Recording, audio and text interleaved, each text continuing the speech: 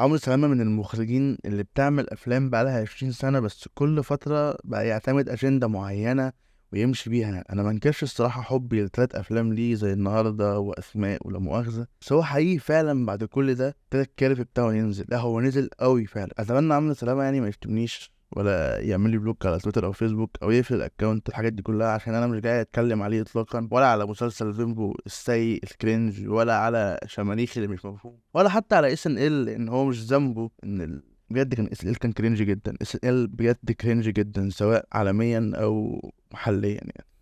ما علينا، ما علينا من كل ده. انا جاي اتكلم عن فيلم بطولة أحمد داش وفويس أوفر لأحمد حلمي. تمام، فيلم قعد سنين يتأجل، فيلم هو حقيقي بالنسبة لي عايز أقول يعني لعمرو سلامة يا عم ارجع وتوب بقى من العبط اللي احنا بنشوفه ده، بس مش مشكلة. عمرو سلامة عمل فيلم اتأجل سنين عشان يتعرض. طيب كانت كلها مشاكل رقابية وكلها يعني هو الأسباب فنية ورقابية، بس هي 100% رقابية يعني 90%، بس مش مهم. الفيلم مليان. لو جيت تحاول توصل للحاجة اللي عايز يقولها في الفيلم ده ومقارنة بالأفلام التانية اللي هو عملها قبله زي النهاردة وأسماء، هتلاقي إن الرسالة اختفت أو تكاد تكون تلاشت وسط زحمة حذف المشاهد بسبب الرقابة او الاسباب الفنيه يعني زي ما هو بيقول. بس فعلا اسماء وزي النهارده كانوا حاجه في عالم الدراما والسينما المصريه فعلا في وقتها، حاجه بيناقشوا مشاكل فعلا. وبالنسبه لي الصراحه اي محاوله لفيلم لا مؤاخذه هو اجتهاد شخصي زي تحليل الافلام كده يعني.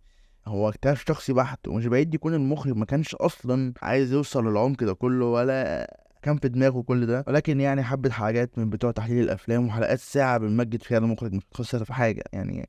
ما علينا. ولكن مش عايزين ولا مؤاخذة نظلم الفيلم بتاعنا عشان هو فعلا حلو كنوستالجيا، بس هو فعلا فيه مشاكل كتيرة. الفيلم فيه حنين لأيام زمان، وازاي كونت انت أول علاقة صداقة بينك وبين حد في المدرسة. قعد ربع ساعة يفرش للعالم بتاع هاني، وبيتهيألي ربع ساعة كافيين جدا لحد ما توصل للمدرسة، أو إن هو خلاص ساب مدرسته ونقل مدرسة تانية. وبيتهيألي أول ما هاني بيوصل للمدرسة أنت بتكون رسمت كل حاجة في ذهنك عن مدرسة إعدادية بنين، يعني عيال عندها 20 سنة، طولها 180 ل 2 متر، قوم معايا بيتكلموا بسكس من 8 ل 2، وفي البريك بيتفرجوا عليه. أتوقع الفيلم كان عايز يوثق ده، بس الرقابة أكيد منعته يعني، مش مهم. بس بعد ما رسمت أنت الصورة دي في دماغك، هتبتدي تندمج في عالم الفيلم وتحس إنك مستعد وتيكت أول زي ما بيقولوا، أو خلاص يعني إيه هيحصل زيادة عن اللي أنت عشته أو في خيالك. بس أنت بتبتدي فعلا تشوف سكتشات كوميدية في عالم كرتوني زي ال 18 حرفيا، من كتر ما العيال مش عارفة ومحدش عارف ومحدش فاهم يعني العيال دي أصلا بتروح مدرسة ليه يعني.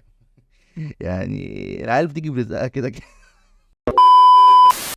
الفيلم ده يمكن من الافلام اللي تحسها معموله عشان تارجت عيال صغيره، ولكن الفيلم فعلا كان باين ان هو عايز يقول حاجات كتيره يعني. والحقبه دي من المخرجين او الجيل الجديد دوت كانوا بيحاولوا فعلا يتكلموا عن مشاكل مجتمعيه. يعني 6 7 8 مثلا مشكله زي التحرش، فيلم اسماء اتكلم عن الايدز ودور التوعيه، وفيلم زي النهارده دوامات الخوف اللي انت بتعيشها، وهكذا. عسل اسود كان عايز يقول حاجه. كل الافلام الحقبه دي ما كانتش يعني هزليه بقدر العبط اللي احنا فيه حاليا، فاهمني؟ حتى عمرو تلامة بيعمل اعمال وحشه جدا حاليا حقيقة. انا مش يعني انا شفت شماريخ، فيلم وحش جدا، بس ما علينا ما علينا. خلينا نرجع للفيلم. الفيلم الليرز بتاعته بتتكلم على حاجات كتيرة جدا يعني، تحس انك مش قادر توصل للير معينة من كتر حذف المشاهد يعني، من السفارة على هجرة مدرس الكمبيوتر على حوار الطائفية، كمية حاجات.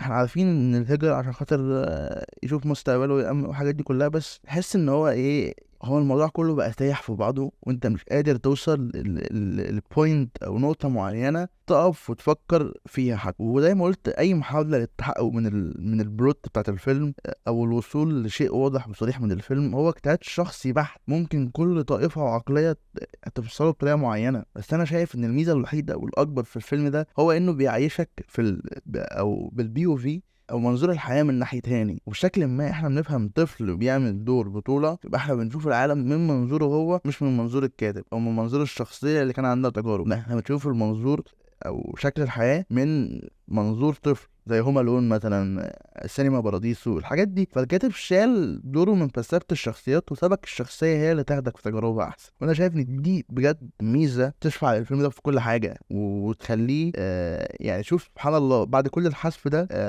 برضو الفيلم ما فقد يعني ما فقدش متعته كفيلم كوميدي، حتى لو انت مش عايز توصل لكم الرسائل اللي موجوده فيه. وزي ما قلت انها اجتهادات شخصيه عشان توصل للرسائل دي. ان احنا حاليا بقينا في موقف من حياة هاني بعد موت ابوه، وهنا الكاتب ساب لك خلفية لحياة انسان قبل وبعد عشان يبقى في كونتراست او في تناقض في حياته. واتوقع ان المشكله دي بيقابلها ناس كتير، يعني انت تبقى في منطقه شعبيه وتروح مدرسه في منطقه احسن شويه من المكان اللي انت عايش فيه، فيبتدي يحصل المفارقه بتاعت انك بقيت بالنسبه للمنطقه الشعبيه اللي انت كنت جاي منها انت فرفور فيها، والعكس تكون في مكان اعلى مثلا وتروح مدرسه في منطقه شعبيه او مدرسه اقل او ايا كان، فانت بالنسبه للمدرسه او ناتج المدرسه انت فرفور برضه. ودي اول مشكله انت بتشوفها في عالم هاني، ان هو مدرك ان هو في مرحله انتقاليه في حياته وان الفلوس هتقل وان هو مش هيعرف يكمل في المدرسه اللي هي بتلات حروف دي، بس ده بسبب قلة الفلوس طبعا وموت ابوه ومش عارف ايه، تحول البيت من مكان كان بيشتغل فيه ساينفيلد لمكان كئيب. المهم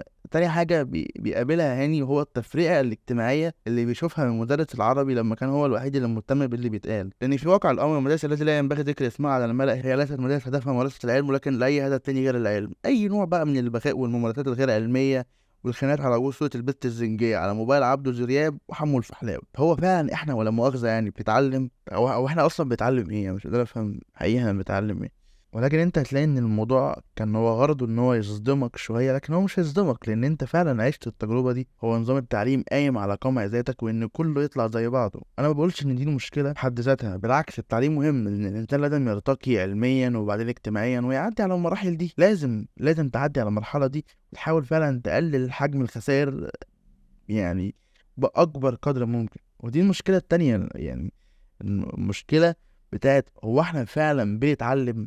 وهنا فعلا انت المفروض تحط السؤال ده في دماغك وفي ذهنك وتدور على ان انت تستفيد بكل معلومة تتقالك وتنتفع بيها، لان انت لازم تمر بكل المراحل العلمية والاجتماعية وترتقي في المجتمع بالطريقة دي، لان ده الصح. بغض النظر عن حالة التعليم عاملة ازاي، انت هتحاول بقدر الامكان انك تقلل الخسائر اللي انت بتمر بيها او بتعديها في المرحلة التعليمية او الدراسية سواء في المدرسة. ويمكن في الجامعة بيبقى الموضوع احسن شوية، لان الجامعة انت بتكون عرفت تدور على المصادر اللي انت عايز تتعلم منها، والتعليم في الجامعة بيختلف 100% عن تعليم المدارس، فده بيبقى أحسن. المهم مش عايزين نتشتت عن موضوعنا، عايزين نرجع للفيلم. المشكلة التالتة أو الثانية في الفيلم هي المشكلة الاجتماعية والدينية تحت قناع الطائفية، فاهماني؟ اللي هو الطائفية العنصرية نظرة الإنسان بالدنيا لكل ديانة حواليه من الآخر يعني. المهم الفيلم فعلا عارف يشيل كل الحواجز الاجتماعية اللي أنت مش عايز تقولها أو تعملها عشان ما تجرحش في أي ديانة تانية أو تاخد قضية إزراء أديان. ويعني وهي دي بقى المراية المجتمعية اللي عملها عمرو سلامة يعني في الفيلم دوت. سذاجة الأطفال تمام بتفضح اي فكره او اي اتجاه عن الكلام اللي هو زي الديانات او التعليم او الجهل. انا صراحه شايف ان ده كان كافي جدا في الفيلم، يعني المناقشه في المواضيع دي كافيه جدا على الفيلم. معرفش انا ايه كميه التفرعات اللي ظهرت في الفيلم، يعني اعتقد ان ده جزء كافي جدا ان هو يكون حديث الفيلم او الكلام اللي الفيلم عايز يقوله. تفرعات تانية بقى السفارة والسفر والهجرة وما الى ذلك، اتوقع ان هو ما اتخدمش كويس وما كانش ليه لازمة حتى ان هو مش عارف يعني. حقيقي الفيلم اصلا ساعة ونص هيتشال اكتر من كده ايه. فعلا الفيلم ناقص حاجات كتيرة جدا، يعني يا اما اتشال بسبب الحذف بتاع الرقابة، يا اما عمرو سلامة مش عارف. حقيقي انا بجد مش عارف، يعني ممكن يكون عمرو سلامة كتب حاجات كتيرة جدا وكان عايز يطلعها وما طلعهاش بسبب ان الرقابة مثلا، او هو كلها تفرعات حرفيا ملهاش اي لازمة. يعني كل اللي هيجي بعد كده او كل الحوارات اللي بتبقى دايرة بعد كده هي بتخرجك بره العالم بتاع الفيلم بس. فالفيلم فعلا انت تقدر تريليت ليه من الناحية العاطفية والطفولية اكتر من الجانب الفلسفي والازدهار اللي احنا بنشوفه في الفيلم، لان هو زي ما قلت هي مش كافية ومش سايبة اي اثر انك تدور وراه. واي محاولة برضو زي ما قلت اي محاولة للاستدلال على حاجة معينة في الفيلم هو اجتهاد شخصي. ممكن ما يكونش المخرج 100% قصده ده، ممكن يكون المخرج فعلا ما كانش قصده اي حاجة من الحاجات دي، لكن الاجتهادات الشخصية بتنجد من المخرج، والمخرج مش هيقول حاجة عكس ان انت بتقولها لو هي في صفه او في صالحه يعني. وده رأيي في الفيلم يعني. واي فيديو لا يحمل اي عداوة للقائمين على العمل حتى لا يختلط الامر على الكل.